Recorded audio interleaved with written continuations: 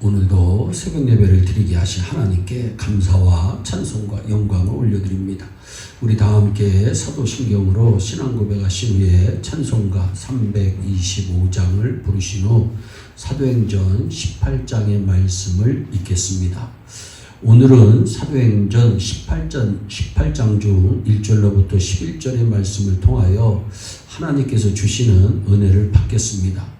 오늘의 말씀은 바울이 아덴을 떠나 제2차 선교의 마지막 지역인 고린도에서 전도한 내용이 기록되어 있습니다. 고린도는 헬라의 전략적으로 중요한 도시 중에 하나였습니다. 고린도에 사는 사람들은 오늘의 서구 세계와 똑같이 쾌락을 추구하고 부당 취득과 술 취함과 호색에 빠져 있었던 도시였습니다. 당시 고린도 사람처럼 산다는 말은 쾌락에 빠져 있는 사람들을 표현했습니다. 그것은 고린도가 얼마나 철저하게 부패되었는가를 잘 설명해 주고 있습니다. 오늘은 특별히 10절을 통해서 은혜를 나누려고 합니다. 오늘 우리가 살고 있는 이 세상은 광야이기 때문에 수많은 환난과 방해와 핍박이 있습니다. 더욱이 비둘기 같이 순결한 생활을 하고 경건하게 살려고 하는 성도들에게는 이 세상은 참으로 힘든 세상입니다. 왜냐하면 6절의 말씀처럼 저희가 대적하여 비방하거늘 너무도 많은 대적과 비방이 우리에게 있기 때문입니다. 그러므로 이 세상을 살아가는 우리들은 오직 주님만을 의지하여야 승리할 수가 있습니다. 주님은 언제나 우리들이 공경에 처해 있을 때에는 그냥 내버려 두지 않으시고 반드시 함께 하시고 또 약속을 주십니다.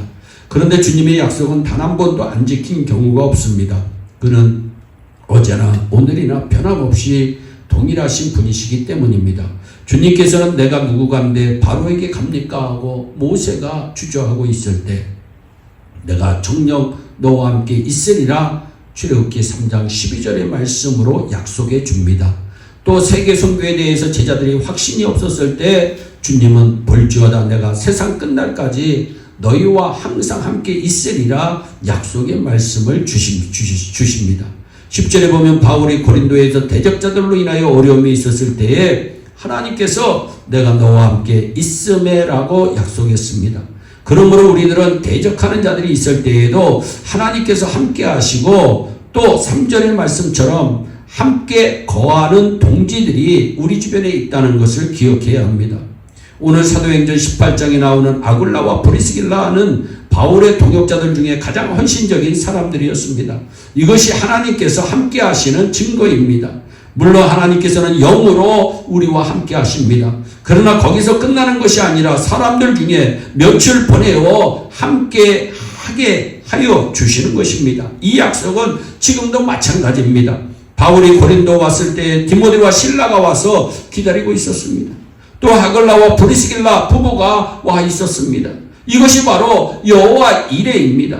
하나님께서는 항상 앞서 행하시면서 모든 일을 진행하여 가십니다. 중요한 것은 우리가 여호와 이레요 앞서 행하시는 하나님께서 하시는 일에 순종하여 그의 뜻을 이루도록 하는 것입니다. 당시 인간적으로 보면 아굴라와 브리스길라가 타이에 의해서 로마를 떠나는 것은 슬픈 일이었습니다. 그러나 하나님께서 바울과 만남을 주시고 바울의 동역자로서의 역할을 감당케 하기 위해서였다는 것을 우리는 알아야 합니다. 참 하나님의 섭리는 언제나 오묘합니다. 지금 우리들에게 고난이 있습니까? 거기에는 하나님의 특별하신 섭리가 있는 것을 믿으시기 바랍니다. 그러므로 감사함으로 순응하시기를 바랍니다. 확실한 것은 하나님께서 미리 예비하시고 준비하고 계시다고 하는 사실입니다. 그러면 바울은 고린도에서 어떻게 하였습니까? 바울은 고린도에서 말씀 전하는 일에 전념하셨습니다. 환경적으로 어렵고 힘들었지만 생업은 두 번째였고 말씀 전하는 일에 힘씁니다. 5절 보세요. 바울이 하나님의 말씀에 붙잡혔다고 말씀합니다. 바울은 예수님의 죽으심과 부활을 일평생 증거하신 분입니다. 여기서 놀라운 역사가 일어납니다. 여러분들은 지금 무엇에 전념하고 있습니까? 돈 버는 일에 전념하고 계십니까? 자녀에 전념하고 계십니까? 기도하는 일에 전념하고 계십니까? 예배드리는 일에 전념하고 계십니까? 이때 바울에게는 두려움과 유혹이 있었습니다. 그런 바울에게 하나님께서 나타나셨습니다. 9절입니다. 밤에 주께서 환상 중에 바울에게 말씀합니다. 두려워하지 말고 잠잠하지 말고 말하라는 음성이 들려옵니다.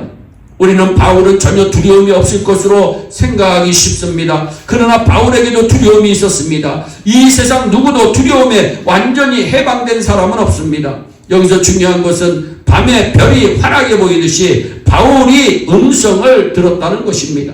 다음으로 들려온 음성은 10절입니다. 내가 너와 함께 있음에 아무 사람도 너를 대적하여 해롭게 할 자가 없을 것이다. 이는 이 성중에 내 백성이 많습니다. 왜 이 음성을 주셨을까요? 바울이 두려워하고 있었기 때문입니다. 대적자가 일어나는 것이 현실이지만 그러나 이 대적자들이 바울을 해롭게 하도록 하나님께서 내버려 두지 않으신다고 하는 사실을 기억하시기를 바랍니다. 다음은 이 성중에 내 백성이 많다고 말씀합니다. 사실 우리가 힘든 것은 우리 편이 없다는 데 있습니다. 혼자라고 생각하는 데 있습니다. 열왕기상 19장에 엘리야 선지자가 로덴 나무 아래 앉아서 오직 남았건을 저희가 내 생명을 찾아 취하려 하나이다 라고 했을 때 하나님께서 18절에 내가 이스라엘 가운데 7,000인을 남기리니 다 무릎을 바알에게 꿇지 아니하고 다 그 입을 바알에게 맞추지 아니한 자라고 말씀합니다. 그러므로 나 혼자 있는 것이 아닙니다. 정녕 너와 함께 있으리라고 약속하시 주님이 우리와 함께 계시고 또 우리 편이 여기저기에 많이 있습니다. 그러므로 나 혼자야 하는 약한 마음을 갖지 마시기를 바랍니다. 다만 우리가 보지 못할 뿐입니다. 여러분 지금 하나님께서 불말과 불병거로 우리들을 보호하고 계심을 믿으십니까? 오늘 이 귀한 시간에 믿으시기를 바랍니다. 바울에게 적한 고린도 교회는 많은 문제들을 안고 있었지만 그럼에도 불구하고 주님께서 함께 하심으로 성공적인 목회를 이룹니다. 지금 우리들에게는 밖에서 안에서 연달아 많은 역경이 다가오지만 그러나 주님이 함께 하심으로 우리는 성공할 수 있는 줄로 믿습니다. 내가 너와 함께 있으리라고 말씀하신 창조자 전지전능하신 아버지 사랑의 하나님께서 지금 우리와 함께 계십니다. 이 계심을 믿으시고 날마다 이 믿음으로 승리하는 저와 여러분들이 되시기를 주 예수 그리스도의 이름으로 축원합니다. 기도하겠습니다. 사랑의 하나님 참 감사합니다. 하나님 바울과 함께 하신 그 하나님의 은혜가 예일교회 성도들에게 함께 하시기를 원합니다. 하나님 바울 주변에 디모데와 실라도 있었고 아버지 바울 주변에 아굴라와 프리스길라와 같은 귀한 부부도 있었습니다. 아버지 하나님 우리 예일교회에도 아버지 예일교회에 필요한 일꾼들을 사방팔방에서 불러 모아주시기를 간절히 소원합니다. 그래서 우리 예일교회를 향하신 아버지의 귀한 뜻을 반드시 이루어 나갈 수 있도록 주여 은총을 베풀어 주시옵소서. 감사하고 예수님의 이름으로 기도하옵나이다. 아멘. 우리 다 함께 주기도문으로 예배를 마치시고 각자 개인 기도하신 후에 오늘도 주 안에서 승리하는 복된 하루 되시기를 바랍니다. 감사합니다.